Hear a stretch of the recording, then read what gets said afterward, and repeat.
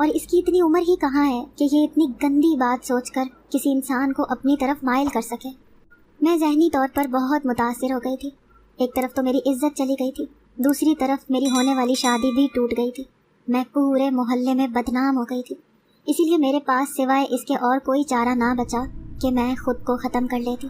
یہی سوچ کر میں اس سنسان جگہ پر آ کر خودکشی کے ارادے سے آئی تھی۔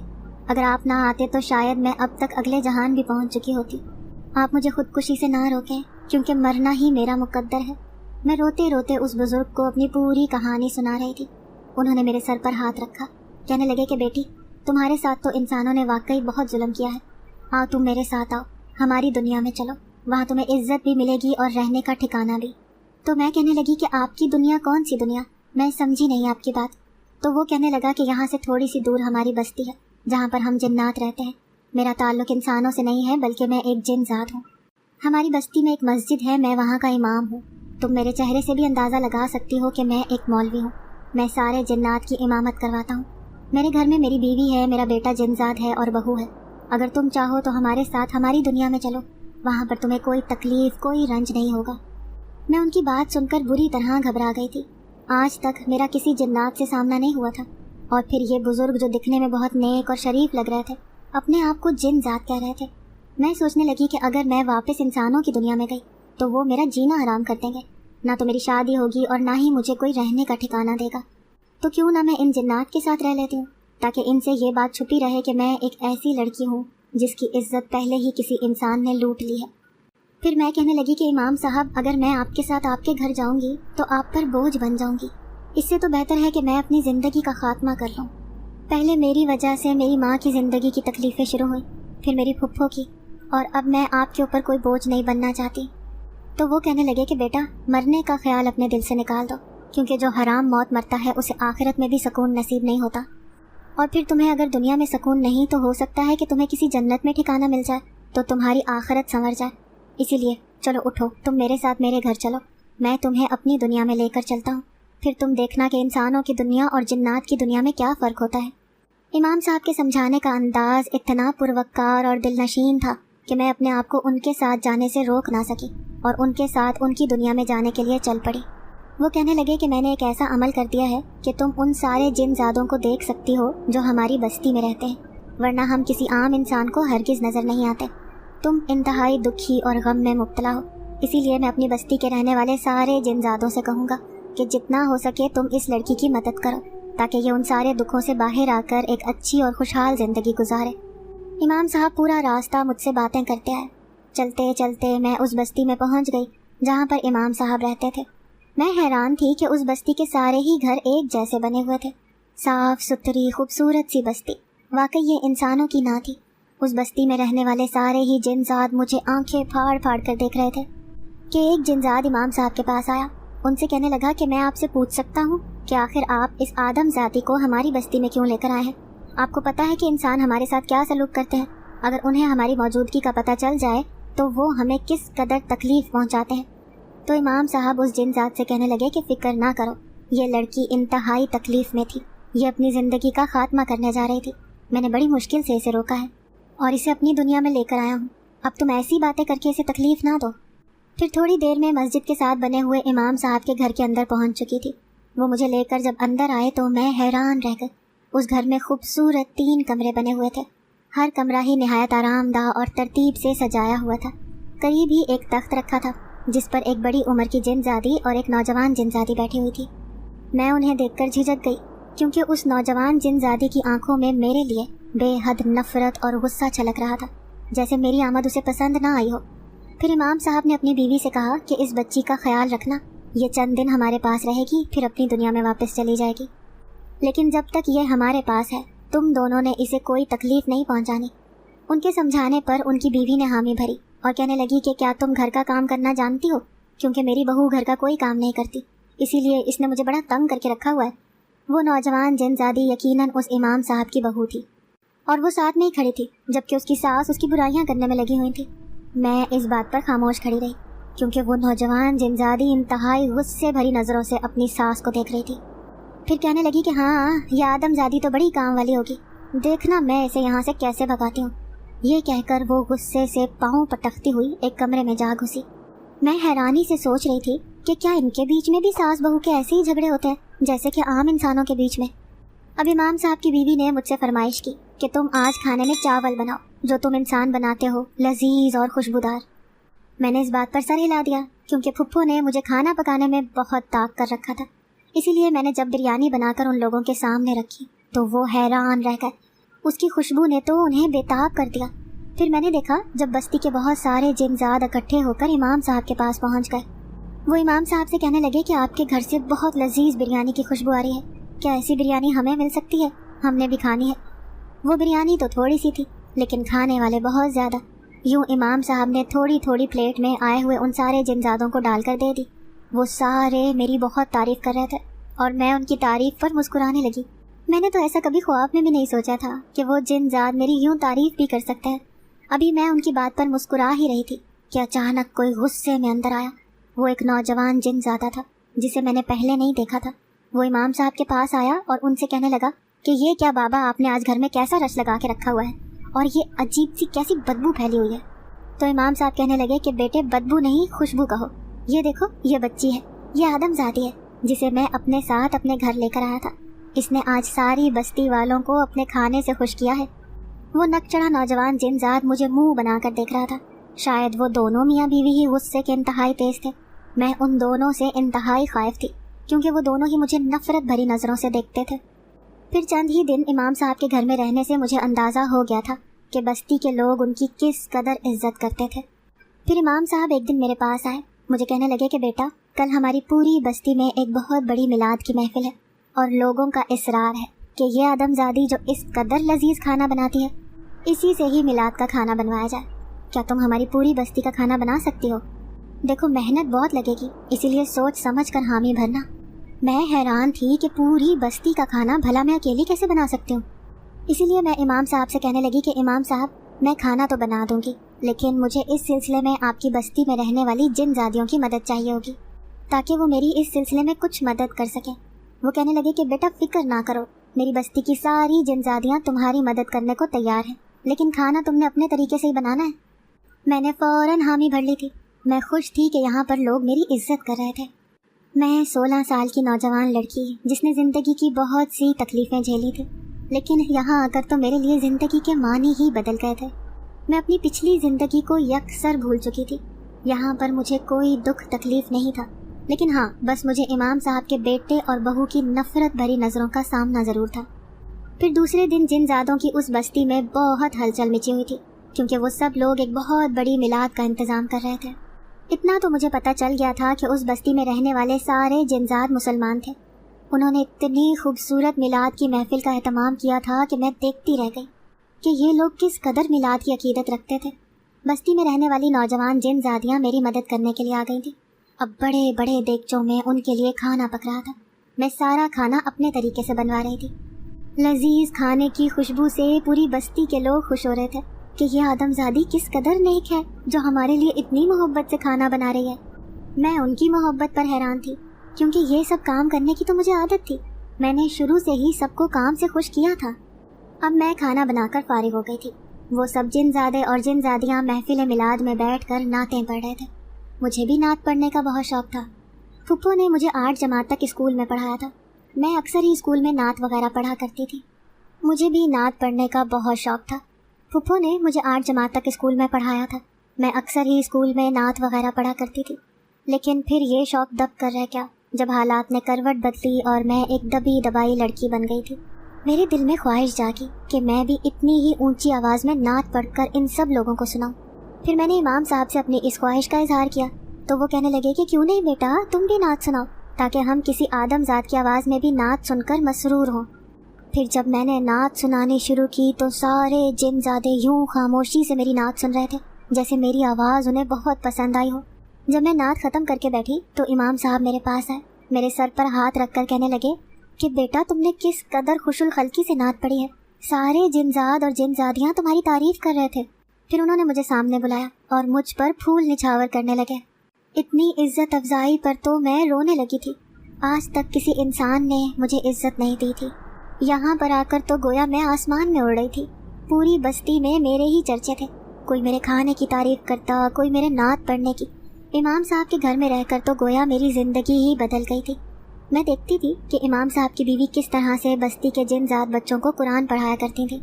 میں بھی 5 وقت کی نماز پڑھتی تھی اور امام صاحب کی بیوی کے ساتھ مل کر ان بچوں کو قرآن کی تعلیم دینے لگی. پھر ایک دن امام صاحب کی بہو غصے میں میرے پاس آئی. کہنے لگی کہ تم کس قدر نیسنی لڑکی ہو, تمہاری وجہ سے ہم کس قدر عذاب میں گرفتار ہیں, اس کا تمہیں اندازہ نہیں ہے. آخر تم اپنی دنیا میں واپس کیوں نہیں چلی جاتی ہو؟ تمہاری تعریفیں سن سن کے میرے سر میں درد ہو گیا ہے. ایسے لگتا ہے کہ تم مجھے اس بستی سے نکلوا کر رہو گی. اس کی باتیں سن کر میں خوفزدہ ہو گئی. میں کہنے لگی کہ میرا ایسا کوئی مقصد نہیں ہے, میں تو بہت معمولی کام کر رہی ہوں. میں کسی تعریف کے لیے نہیں کر رہی, بلکہ میں دل سے ان جن زادوں کی بستی کے لیے کام کرنا چاہتی ہوں.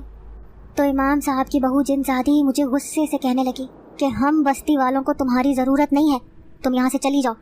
ویسے بھی تم ایک ناپاک لڑکی ہو جس کی عزت پہلے سے ہی کسی انسان نے لوٹ کر اسے ناپاک کر دیا تھا. تمہاری میری نظر میں کوئی عزت نہیں ہے. اگر میں نے سارے بستی والوں کو یہ راز بتا دیا نا کہ تمہاری عزت کسی شراب پینے والے انسان نے لوٹ لی تھی, تو یہ سمجھو کہ اس بستی میں رہنے والے مسلمان جن زادوں نے تمہیں 1 منٹ برداشت نہیں کرنا. وہ سب تم پر تھوکیں گے اور تمہیں اس بستی سے نکال کر ہی رہیں گے. اس جن زادی کی یہ بات سن کر تو میں رونے لگی. میں بھول گئی تھی کہ امام صاحب نے بستی والوں سے میرا یہ راز چھپا کر رکھا تھا. یہ بات تو صرف امام صاحب کی بیوی کو ہی معلوم تھی. پھر ان کی بہو کو یہ بات کیسے پتہ چلی؟ اب ان کی جن زادی بہو مجھ پر نفرت بھری نگاہ ڈال کر وہاں سے چلی گئی تھی, لیکن میں نیچے بیٹھ کر رونے لگی. میرا پریشانی سے برا حال ہو گیا تھا. میں سوچنے لگی کہ کل تک جو اس بستی کے جن زاد ہیں میری اتنی عزت کرتے تھے, اب اگر انہیں سچائی معلوم ہو گئی تو کہیں وہ مجھے دھکے دے کر یہاں سے نکال نہ دیں. میں پوری رات پریشانی سے سو نہ سکی. دوسری صبح فوراً ہی میں اس جن زادی کے پاس جا پہنچی اور اس سے کہنے لگی کہ تم مجھ سے جو کہو گی میں کرنے کو تیار ہوں, لیکن خدا کے لیے اس بستی میں رہنے والوں کے سامنے میرا یہ راز نہ کھولنا. میں ان کی آنکھوں میں اپنے لیے نفرت نہیں دیکھنا چاہتی. میری بات سن کر وہ بڑے عجیب طریقے سے مسکرائی تھی. پھر کہنے لگی کہ ٹھیک ہے, اگر تمہیں یہ راز رکھنا ہے تو اس کے لیے تمہیں ایک کام کرنا ہوگا, اور وہ یہ ہے کہ میں جس جن ذات سے محبت کرتی تھی میری اس سے شادی نہیں ہوئی, بلکہ میرے باپ نے زبردستی اس امام صاحب کے بیٹے سے میری شادی کر دی. اب اس جنات نے جسے میں پسند کرتی تھی اس نے کسی اور سے شادی کر لی ہے.